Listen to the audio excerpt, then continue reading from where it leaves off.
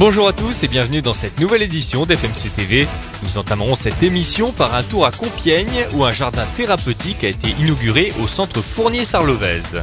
Puis nous irons à Pontpoint à la rencontre de Céline Balser qui exerce la profession assez rare d'ergonomiste équin. Et à Senlis, le dispositif des voisins vigilants devrait s'étendre à de nouveaux quartiers.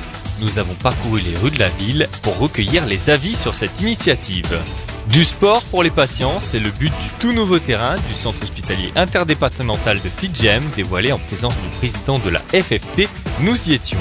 Enfin, nous finirons cette édition avec le Forum de l'Emploi à Creil qui a drainé pas moins de 1500 visiteurs cette année. C'est un espace vert un peu différent des autres qui a été inauguré il y a quelques jours au centre Fournier-Sarlovez de Compiègne, où sont prises en charge des personnes atteintes de la maladie d'Alzheimer. Le jardin des sens, c'est le nom de l'installation, permet désormais aux patients d'apprécier les couleurs variées de nombreuses fleurs ou bien de flâner tranquillement. Pour le maire de la cité impériale, la restructuration des lieux est un succès. Bien sûr, tout est harmonieux ici, aussi bien les aspects végétaux que l'insertion dans le site et ce beau jardin qui termine de manière harmonieuse une très belle réalisation architecturale qui est la restructuration de l'ancien hôpital Saint-Joseph. C'est donc un élément supplémentaire dans le centre hospitalier qui est né de ces différents partenariats. Si la beauté semble être au rendez-vous de cette réalisation, le jardin donne l'occasion aux personnes soignées de s'impliquer. En effet, les jardinières ont été placées à plusieurs hauteurs pour permettre aux patients de s'adonner s'ils le souhaitent aux activités horticoles.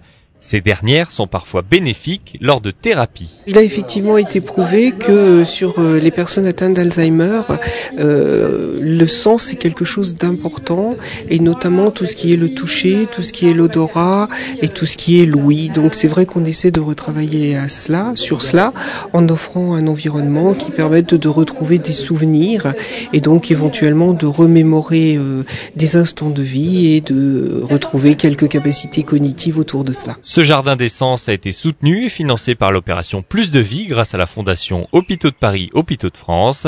On y trouve de la menthe pomme, du fraisier remontant ou encore de l'origan. Les plantes et les installations ont été mises en place en partie grâce aux élèves de l'IMPRO de Ribécourt.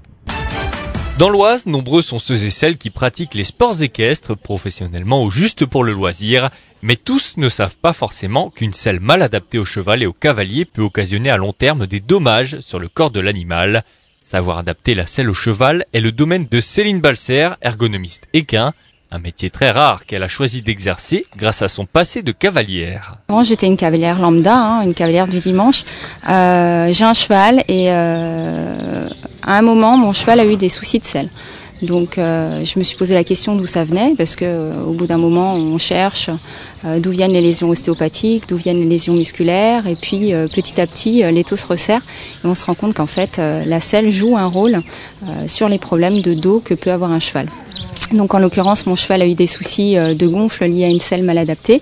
Donc à partir de ce moment-là, j'ai cherché à me renseigner, à savoir un peu plus, et j'ai commencé à me former dans le métier. Malgré l'importance de cette profession du monde équestre, il n'existe pas pour l'instant de cursus en France pour devenir ergonomiste équin. Céline a donc dû partir en Allemagne pour effectuer une formation.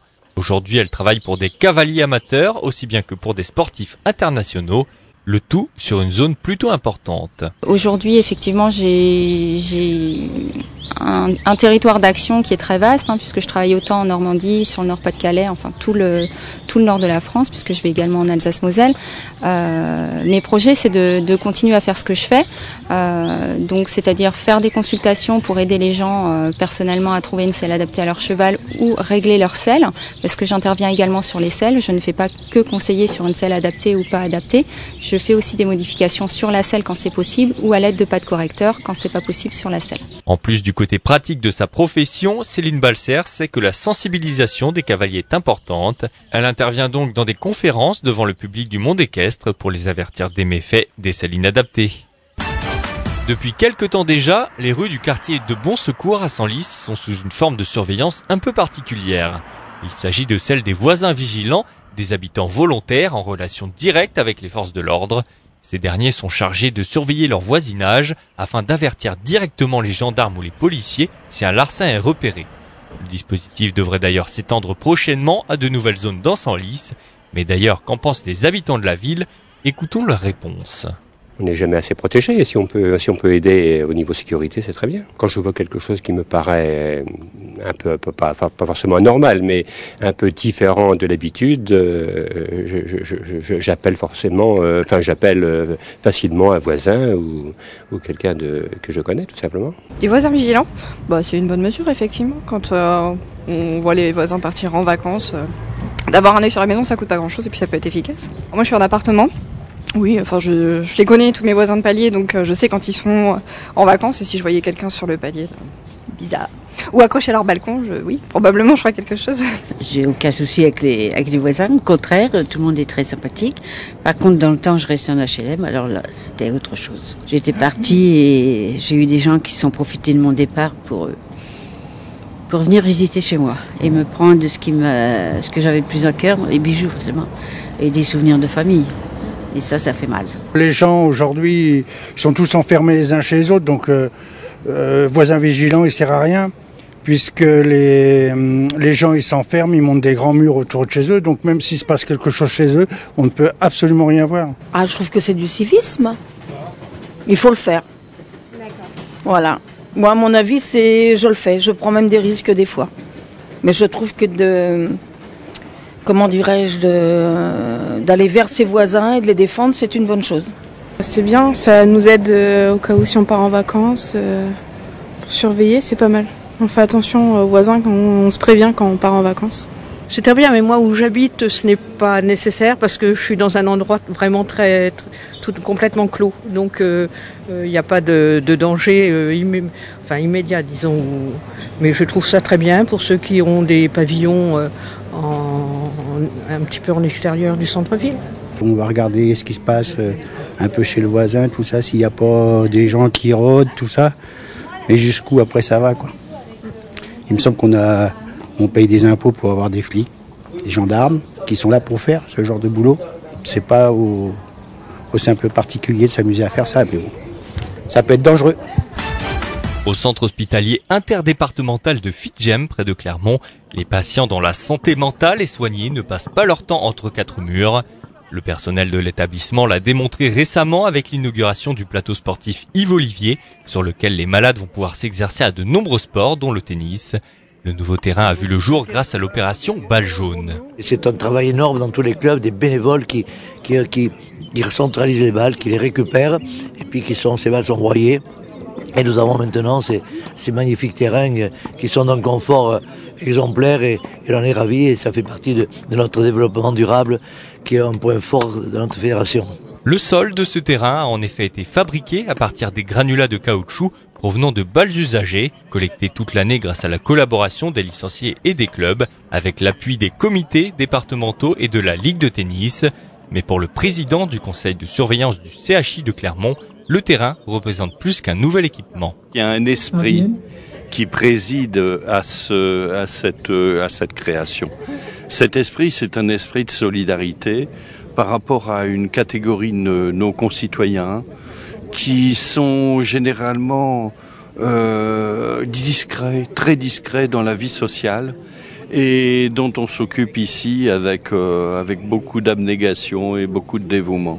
Ce plateau a été baptisé Yves Olivier en hommage aux dirigeants de la Ligue de Picardie et du comité de l'Oise de tennis, aujourd'hui décédé. Ce dernier avait réalisé toute sa carrière professionnelle au sein du centre hospitalier interdépartemental. Dans l'Oise, l'emploi reste une priorité des Isariens. La preuve il y a quelques jours avec le 15e forum de l'emploi qui s'est déroulé au théâtre de la Faïencerie de Creil. Cette année, le thème de l'événement était la mobilité.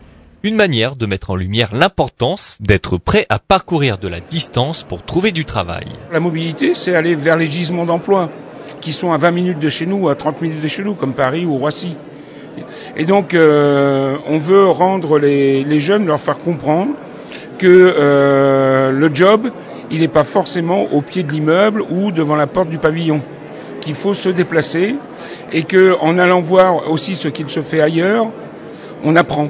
Quelques 1500 personnes se sont rendues au Forum de l'emploi à Creil. Certaines recherchaient des formations bien précises et pour d'autres, c'était l'occasion de découvrir de nouvelles opportunités. Je suis venu ici pour rechercher éventuellement un emploi ou une formation dans le transport et la logistique ou autre chose.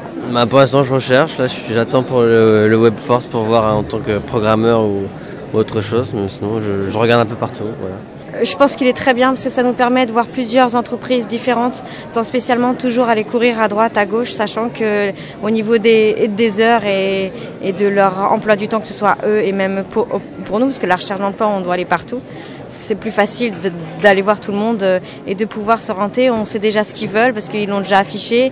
Ils savent déjà ce qu'ils recherchent. Environ 60 structures étaient représentées dans le théâtre de la Faïencerie. L'occasion pour elles de profiter d'un événement qui draine des centaines de personnes pour trouver leurs futurs employés. Certaines entreprises ont pu découvrir des candidats potentiels pas si loin de leurs locaux. Sur l'alternance, nous on va proposer l'alternance, on n'a pas pu capter beaucoup de candidatures. Sur les postes un peu plus permanents, en revanche on a pu avoir pas mal de choses et notamment des anciennes personnes de chez Goss qui travaillent en face de chez nous, qui ont des profils intéressants pour intégrer en tout cas ArcelorMittal à Montaterre. Sur place, environ 200 postes étaient à pourvoir.